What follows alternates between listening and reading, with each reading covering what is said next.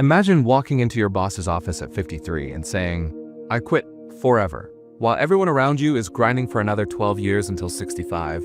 You're done. Free.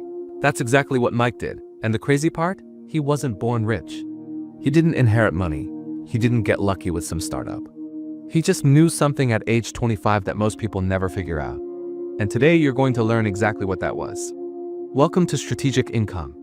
Today we're diving into Mike's story, but this isn't your typical save money and invest lecture. Because here's what nobody tells you. Mike made some stupid decisions along the way. He admits it himself. He left hundreds of thousands of dollars on the table. He wasted decades at low-paying jobs. And yet, he still retired at 53 comfortably, with enough money to never worry again. So if you've made mistakes with money, if you feel like you're behind, if you think it's too late, Mike's story is going to show you that you can still win this game. Let's jump in. The decision that changed everything. Mike was 25 years old, fresh out of college with his engineering degree. He landed his first real job. Nothing fancy, just a regular company paying a regular salary. And one day, Mike's older coworker pulled him aside and said something that would echo through his entire life. "Kid, I don't care what you do with your money, but max out that 401k. Every year, no excuses." Most 25-year-olds would ignore that advice. They want the new car, the cool apartment, the weekend trips. But Mike? Something clicked. He committed right there. Maximum 401k contribution every single year invested in stocks. Now watch what happens when life tries to stop him. Age 28. Mike gets married. His wife has student loan debt hanging over them like a dark cloud. Does Mike stop contributing? Nope. Max out the 401k. Age 30. They buy their first house. Big down payment. Big mortgage. Money's tight. Does Mike reduce his 401k? Nope. Max it out. Age 32. Baby arrives. His wife cuts back to part-time work to raise their child. Their household income drops significantly. Does Mike finally break his rule? Not even. Close. Max out the 401k. Age 35. 2008 hits. The Great Recession. The economy is collapsing. Companies are laying people off. The stock market is cut in half. Everyone's panicking, pulling money out of the market. And Mike? He keeps putting money in, maxing that 401k while stocks are on sale. This is the power of a non-negotiable rule. Most people have maybes, and I'll try when things get better. Mike had a line in the sand. And for 15 years straight, life kept testing him, and he never broke. The mistake that cost him a decade. Alright, so Mike's in his late 30s now. He's been consistently saving, his investments are growing, and everything's on track. But here's where Mike screwed up. Big time, Mike was talented, really talented. He was qualified to work at the top tech companies in the world: Google, Amazon, Apple, and Meta. These companies pay double or even triple what normal companies pay engineers. But Mike didn't apply. Why? Because it wasn't convenient. He'd have to move cities. He'd have to interview. It seemed like a hassle. So instead, Mike spent 20 years working at companies that paid him roughly half of what he could have been making. Let me put this in perspective. If Mike were making $100,000 a year, he could have been making $200,000 or even $250,000 doing the exact same type of work, just at a different company. Over 20 years, that's literally millions of dollars left on the table. But plot twist. Mike still retired at 53. That's how powerful his one rule was. Even with this massive mistake, he still won. Imagine if he hadn't made that mistake, he could have retired at 43 instead of 53. So here's the lesson. You don't have to be perfect. You don't have to make every right decision. You just need to get the big things, right? When everything finally clicked, Mike hits his mid-40s. He finally wakes up and realizes he's been underpaid for decades. He dusts off his resume and starts interviewing at the big tech companies. And guess what? He gets offers. Multiple offers. He lands a job at a major tech company, and suddenly, his salary more than doubles. Mike keeps that job for a few years, keeps maxing that 401k, which is now a lot more money. And then at age 50, he does it again. Another big tech company, another pay raise. Now Mike's putting away insane amounts of money every year. And for the first time, he starts reading about something called the FIRE movement, financial independence. Retire early. He opens up a spreadsheet. He calculates how much money he has. How much does he spend per year? And he realizes something that makes his jaw drop. He's done. He can retire. Right now. Mike talks to a financial advisor just to confirm he's not crazy. The advisor runs the numbers and says, "Yeah, you're good. You can safely withdraw 3.5% of your investments per year and live on that forever." Then 2020 happens. COVID. Work becomes endless Zoom meetings. The fun parts of his job vanish. Mike's sitting there thinking, why am I even doing this? I don't need this job anymore.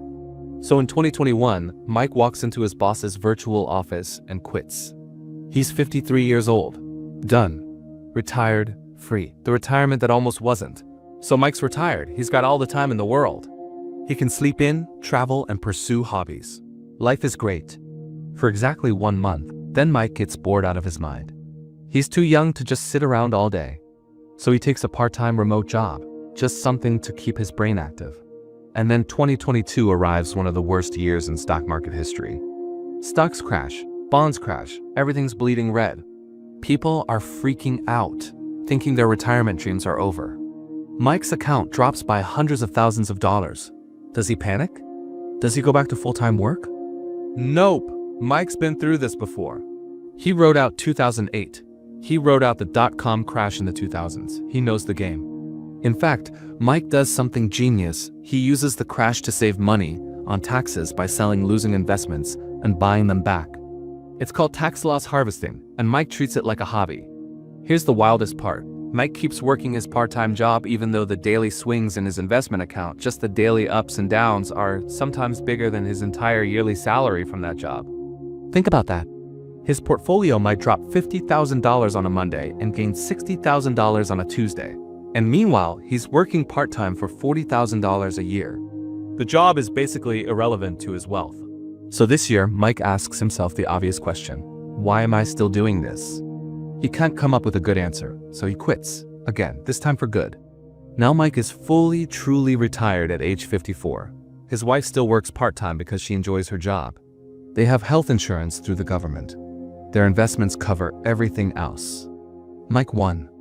What Mike learned, so you don't have to. Alright, let's break down the 3 massive lessons from Mike's journey.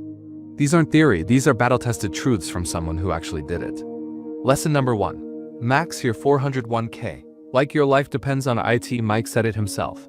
I don't care about your vacations or your down payment. Max the 401k first. This sounds harsh, but let's be real for a second. Your 401k is literally the difference between working until you're 70 versus retiring at 55. It's the difference between stressing about money in your old age versus living comfortably. This isn't your right now money. This is your future freedom money. Now, if you're genuinely struggling to pay rent and buy food, I understand this advice doesn't apply to you yet. But if you're driving a car with a payment, if you're going on vacations, if you're living in a place bigger than you need, and you're not maxing your 401k, you're making a critical mistake. Because here's the math.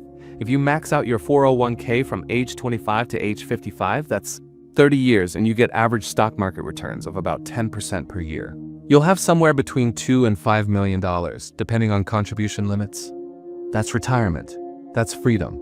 That's the ability to say no to any job you don't like. But if you wait until you're 35 to start, you've lost the most powerful years of compound growth. You'll have less than half as much money. The rule is simple. Future you is counting on present you. Don't let them down. Lesson number 2. Stop leaving money on the table. This one is going to sting for some of you, but it needs to be said. Mike admitted he was qualified for high-paying jobs for decades before he actually went and got one. He settled. He stayed comfortable. And it cost him millions of dollars and 10 years of his life. Here's the uncomfortable truth. If you're underpaid, it's your responsibility to fix that. Not your boss's, yours. But I like my coworkers. Cool, you'll make new friends, but I don't want to relocate. Okay, that's a choice. But understand that the choice might cost you 5 to 10 years of working life. But interviewing is stressful. Yeah, it is. Know what else is stressful? Working an extra decade because you were too scared to interview. Look, I'm not saying everyone needs to move to Silicon Valley and work at Google. But you need to know your market value. Go to Glassdoor. Go on levels.fyi. Look at what people with your skills and experience are actually making. If you're below that number, start interviewing. Because here's what nobody tells you. Companies do not pay you what you're worth. They pay you what they can get away with. The only way to get paid fairly is to have other offers. Mike wasted 20 years learning this lesson. Don't make the same mistake. Lesson number 3. Boring beats exciting every single time. Mike's advice here is brutally simple. Forget crypto. Forget covered calls. Forget whatever stupid scam some idiot with dumb hair is selling on TikTok this week. The path to wealth isn't sexy. It's not exciting. It won't make a good story at parties. The path to wealth is buying low-cost index funds and holding them for 30 years. That's it. That's the whole game. No day trading, no crypto gambling, no penny stocks, no hot tips from your brother-in-law. You know what's worked for the last 100 years? Buying a diversified basket of stocks and not selling when things get scary. The S&P 500 has averaged about 10% annual returns for a century. That means your money doubles roughly every 7 years. But here's the catch. To get that return, you have to sit through crashes. You have to watch your account drop 30 to 40% sometimes and not panic sell. Mike did this through multiple crashes. And every single time he came out ahead. The reason most people fail at investing isn't that they pick the wrong stocks. It's because they can't control their emotions. They buy when things are exciting and expensive, and they sell when they're scared and cheap. Mike's secret weapon? He was boring, consistently, relentlessly boring. And that's why he's retired at 54 while most of his friends are stuck working until 65. Your move, so here's where we are. Mike's story proves something important. You don't need to be brilliant to win with money. You don't need luck. You don't even need to make every decision perfectly. You just need 3 things. Start early and be consistent. Max that 401k. Get paid what you're worth. Don't settle. Invest in boring stuff that works, index funds. Do those 3 things for 30 years and you will retire early. It's not a maybe. It's math.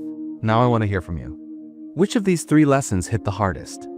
Are you maxing out your retirement account? Or are you making excuses? Are you getting paid what you're worth? Or are you settling for convenience? Are you investing in solid index funds? Or are you gambling on crypto and meme stocks? Drop a comment and be honest with yourself. Because the first step to winning is admitting where you are right now. And if Mike's story gave you that kick in the pants you needed, do me a favor, hit that subscribe button. We're building something special here at Strategic Income. Real stories, real numbers, real financial education. No hype, no BS. Click that bell so you don't miss the next one. I've got more retirement stories, investing breakdowns, and wealth building strategies coming your way. Until next time, remember, future you is counting on present you. Don't let them down. I'll see you in the next video.